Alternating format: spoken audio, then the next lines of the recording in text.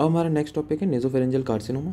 ठीक है, तो वैसे ही अपन सारी हेडिंग्स में देखेंगे, introduction, aetiology, pathology, clinical feature और फिर उसके बाद मैनेजमेंट और ट्रीटमेंट। ठीक है, तो सबसे पहले स्टार्ट करते हैं इंट्रोडक्शन से। It is the most commonly seen tumour in Chinese, specially in the southern states and Taiwan. तो मतलब चाइनीज़ लोगों में ज़्यादा देखा जाता है नेजोफेरेंजियल कार्सिनोमा। ठीक है, it is multifactorial disease, depends on the several factors such as genetic susceptibility, environment, diet and personal habits. ठीक है, ये बहुत सारी चीज़ों पर डिपेंड करता है, मोस्टली चाइनीज़ में मिलता है। तो ये इंट्रोडक्शन में हो गया। फिर एटियोलॉजी में एग्जैक्ट एटियोलॉजी इसकी नहीं पता अभी पर इसका एप्स्टीन बार वायरस से एसोसिएशन है। ठीक है, एप्स्टीन बार वायरस का अगर इन्फेक्शन है तो उसमें चांसेस बढ़ जाते हैं नेजोफेरेंजियल कार्सिनोमा होने के। ठीक है, तो पहला हो गया एक तो एप्स्टीन बार वायरस। दूसरा है exposure to polycyclic hydrocarbon. Polycyclic hydrocarbon जितने भी बेंजीन ये सब हैं इन्वायरमेंट में एयर पॉल्यूशन के कारण इनसे एक्सपोजर होता है, तो उसके कारण भी हो सकता है। फिर नेक्स्ट आता है dietary injection of nitrosamine such as salted fish, preserved and canned vegetables है ना, जितने भी प्रिजर्वेटिव है जिसमें नाइट्रोसामीन होता है, तो उसके कारण भी देखा गया है कि नेजोफेरेंजियल कार्सिनोमा होता है। Chronic rhinosinusitis and poor hygiene. ठीक है, उनमें भी मिलेगा क्रॉनिक राइनोसाइनोसाइटिस जिसमें होता है, पुअर हाइजीन है उसमें जिसमें। फिर ये सिंपल से occupational industrial fumes, metals, wood dust and अगरबत्ती स्मोक, तो इन सबसे भी होता है। तो एग्जैक्ट एटियोलॉजी तो नहीं पता है, पर Epstein Barr virus, polycyclic hydrocarbon, nitrosamine, chronic rhinosinusitis, poor hygiene and occupational में जैसे कि industrial fumes, metals, wood dust and agarbatti smokes, तो ये सब हो जाएगा एटियोलॉजी में। फिर नेक्स्ट आता है पैथोजेनेसिस में। तो पैथोजेनेसिस में जो more than 80% of the carcinoma are squamous cell carcinoma. तो ठीक है, हर जगह जितने भी एनटी में देखा ज़्यादातर जो कार्सिनोमा है स्क्वैमस सेल कार्सिनोमा ही है। ठीक है, फिर WHO ने इसको क्लासीफाइड किया 3 टाइप में, टाइप 1, टाइप 2, टाइप 3। तो टाइप 1 जो है स्क्वैमस सेल कार्सिनोमा, टाइप 2 है नॉन केरेटिनाइजिंग कार्सिनोमा और टाइप 3 अनडिफरेंशिएटेड कार्सिनोमा। ठीक है, तो 3 स्क्वैमस, नॉन केरेटिनाइज और अनडिफरेंशिएटेड। फिर ट्यूमर जो है 3 तरीके से प्रेजेंट कर सकता है, प्लोरीफेरेटिव, अल्सरेटिव और इन्फिल्ट्रेटिव। ठीक है, प्लोरीफेरेटिव एक पॉलीपॉइड मास देखेगा अपन को नेसोफेरिंग्स में, जो कि ऑब्स्ट्रक्ट करेगा अपने एयरवे को और बाकी चीज़ों को, तो जिससे कि जितने भी सिम्टम्स है वो उसके कारण आएंगे। फिर अल्सरेटिव आएगा कि अल्सरेटिव वहाँ पर अल्सर्स बनाने चालू करने, जो उसकी म्यूकोसा उसको उधेड़ना चालू कर दिया उसने, तो उस वजह से क्या होगा, एपिस्टेक्स से ब्लीडिंग होगी। और इन्फिल्ट्रेटिव जो ग्रोथ है वो अंदर की तरफ चली जाएगी और दूसरी जगह जा सकती है। तो 3 स्टेजेस हुई कैंसर की, 3 स्टेज है, प्लोरीफेरेटिव, अल्सरेटिव, इन्फिल्ट्रेटिव, तो 3 फॉर्म्स में दिखता है। ठीक है, तो इसकी जो पैथोजेनेसिस है इसमें ये 3 पॉइंट है। एक तो जो SCC होता है मोस्टली, फिर WHO क्लासिफिकेशन लिख देना, स्क्वैमस, नॉन केरेटिनाइजिंग और प्लोरीफेरेटिव मतलब अनडिफरेंशिएटेड। और ट्यूमर जो है 3 तरीके से प्रेजेंट कर सकता है, प्लोरीफेरेटिव, अल्सरेटिव और इन्फिल्ट्रेटिव। ठीक है, तो पैथोजेनेसिस हेडिंग में ये लिख देना। फिर स्प्रेड ऑफ ट्यूमर या फिर स्प्रेड ऑफ नेसोफेरेंजियल कार्सिनोमा कैसे कैसे होता है। सबसे पहले लोकल स्प्रेड जो है, तो जो कॉमन साइट ऑफ ऑरिजिन है नेसोफेरेंजियल कार्सिनोमा की वो है फोसा ऑफ रोजर मिलर। ठीक है, एंजियोफाइब्रोमा की क्या थी, स्फेनोपेलेटाइन फोसा, और इसकी है फोसा ऑफ रोजर मिलर। फिर लिम्फेटिक स्प्रेड में क्या है कि nasopharynx is rich in lymphatics and an early lymphatic spread is seen in cervical node. ठीक है, सर्वाइकल नोड से स्प्रेड होगा इसका। फिर डिस्टेंस मेटास्टेसिस में लंग, बोन, लीवर कहीं पर भी जा सकता है। ठीक है, तो लोकल स्प्रेड में याद रखना कि सबसे पहले फोसा ऑफ रोजर मिलर में इसका ओरिजिन होता है, तो आसपास फैला देगा। फिर लिम्फेटिक स्प्रेड से सर्वाइकल नोड के थ्रू और दूसरी जगह फैला देगा। और डिस्टेंस मेटास्टेसिस में लंग, बोन, लीवर कहीं भी फैला सकता है। तो ये होगा इसकी पैथोजेनेसिस में सारी चीज़ें पढ़ ली। अब उसके बाद आते हैं क्लिनिकल फीचर। फिर एज में देखा जाए तो 5th to 7th डिकेड 50-70 साल लोगों में दिखता है। सेक्स में मेल्स में ज़्यादा दिखता है। ठीक है, 3 टाइम ज़्यादा चांस होता है मेल में। फिर उसको अपन जो इसके सिम्टम्स हैं उसको 4 ग्रुप में डिवाइड कर दिया। सबसे पहले नेज़ल।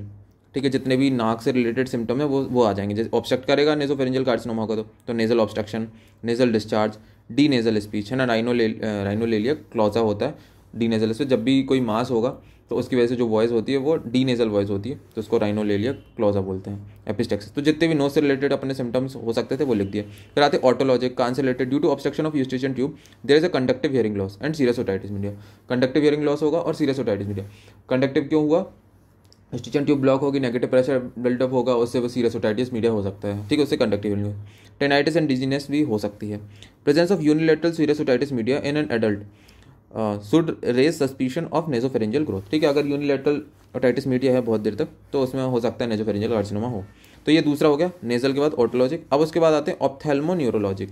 ठीक है, तो जो ग्रोथ के कारण जो जिसमें नर्व में जो डैमेज आया उस वजह से, तो 3rd, 4th, 5th और 6th, तो उससे रिलेटेड जो आंखों में आएगा तो squint, diplopia, facial pen, diminished corneal reflex. ठीक है, तो 3rd, 4th, 5th, 6th से स्क्विंट, डिप्लोपिया, फेशियल पेन। ठीक है, तो याद कर लेना। फिर 9th, 10th, 11th नर्व को अगर डैमेज किया तो जुगलर फोरामेन सिंड्रोम हो जाएगा उसमें। और 5th और 10th की वजह से क्या होता है, ट्रॉटरस्टाइड आता है। ट्रॉटरस्टाइड मतलब 2 नंबर में अलग से आ सकता है। तो उसमें क्या होता है, कंडक्टिव डेफनेस होती है, इप्सिलेटरल टेम्पोरोपैरेटल न्यूरल्जिया होता है और पैलेटल पैरालिसिस। तो ये 3 जो है सिम्टम्स वो ट्रॉटरस्टाइड में मिलेंगे। क्या, conductive deafness, ipsilateral temporoparietal neuralgia, palatal paralysis. ठीक है, तो अपन ने तीन ग्रुप पढ़ लिए, नेजल, ऑटोलॉजिक, ऑप्थेल्मो न्यूरोलॉजिक। फिर सर्वाइकल नोड मेटास्टेसिस में आता है, they may be only manifestation of nasopharyngeal carcinoma. तो सर्वाइकल नोड मेटास्टेसिस में सर्वाइकल नोड में जो है अपन को लिम्फेडिनोपैथी देखेगी, स्वेलिंग देखेगी। तो सबसे पहले ये हो सकता है कि ये अपन को देखेगा, और ज़्यादातर केसेस में ये दिखता है। ठीक है, और ये लिम्फ नोड कहाँ पर मिलेंगे, एंगल ऑफ जॉ और मेस्टॉइड के बीच में। ठीक है, फील करके देख लेना, एंगल ऑफ जॉ और मेस्टॉइड के बीच में जो जगह होगी वहाँ पर सर्वाइकल नोड रहेगा। फिर प्रेजेंटिंग सिम्टम एंड साइन, इनको अपन ने जो जितनी ऊपर 4 क्लासेस पढ़ी थी उनको बाद में सारे में समअप कर दिया अपन ने। जैसे कि सर्वाइकल लिम्फेडिनोपैथी है, मोस्ट ऑफ द केसेस मिलता है। Hearing loss, nasal obstruction, epistaxis, cranial nerve palsies अपन ने देख ली 3 ग्रुप में डिवाइड करके, headache, earache, neck pain और वेट लॉस। ठीक है, इन सबको अपन ने ऊपर वाले जितने भी थे सबको एक साथ लिख दिया। फिर उसके बाद आता है डायग्नोसिस में। डायग्नोसिस में क्या करेंगे, एंडोस्कोपिक एवेल्यूशन करेंगे, एंडोस्कोपी करके देखेंगे। इमेजिंग स्टडी में सीटी स्कैन, एक्सरे, सीटी चेस्ट करेंगे फॉर सेकेंडरी, और यहाँ पर सीटी स्कैन किसका कर रहे हैं, नेजोफेरिंक्स और नेक का कर रहे हैं। CT abdomen, ultrasound abdomen for secondaries in liver. ठीक है, तो ये सब है कि भाई सबसे पहले नेजोफेरिंक्स और नेक का अपन क्या किया, सीटी स्कैन एमआरआई कर लिया। फिर हो सकता है वो लंग्स में चला गया हो, लीवर में चला गया, तो अलग अलग जगह की सीटी स्कैन कर लेंगे। फिर बायोप्सी में it can done under local and general anaesthesia under endoscopies. ठीक है, बायोप्सी कर लेंगे अपन, वो जो टिश्यू है उसको निकाल देंगे। एंजियोफाइब्रो में बायोप्सी नहीं करते, बाकी कर देंगे इसमें। फिर ऑडियोग्राम अपन करेंगे, ये बेसलाइन ऑडियोग्राम इज इंपॉर्टेंट। तो अपन जब ऑडियोग्राम देखेंगे सीरियस ओटाइटिस मीडिया रहेगा तो अपन को बी टाइप गर्भ मिलेगा। फिर अब आता है ट्रीटमेंट में, तो radiotherapy is a treatment of choice for nasopharyngeal carcinoma. इसमें रेडियोथेरेपी जो है ट्रीटमेंट ऑफ चॉइस है। ठीक है, जबकि एंजियोफाइब्रोमा में नहीं था वो, क्योंकि वो सेकेंडरीज करा रहा था, इसमें है। फिर कीमोथेरेपी भी करा देंगे, रेडियोथेरेपी कीमोथेरेपी दोनों कराते हैं।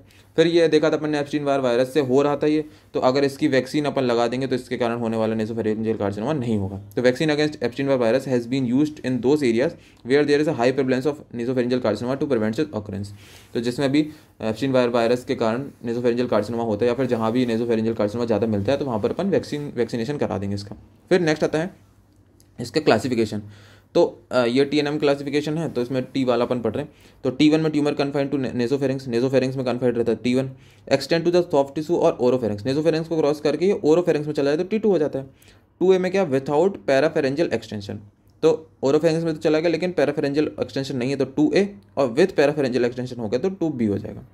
फिर T3 में क्या होगा कि tumour in with bony structure such as, मतलब बोनी स्ट्रक्चर और पैरानेजल साइनस को चला जाए। और T4 में ट्यूमर विथ इंट्राक्रेनियल एक्सटेंशन। ठीक है, तो एक एक शब्द याद कर लोगे तो हो जाएगा। जैसे कि सबसे पहले नेजोफेरिंक्स में चला गया तो 1, 2 में ओरोफेरिंक्स में चला गया, और 2A में विथआउट पैराफेरेंजियल एक्सटेंशन और विथ पैराफेरेंजियल एक्सटेंशन, 2A 2B याद हो गए।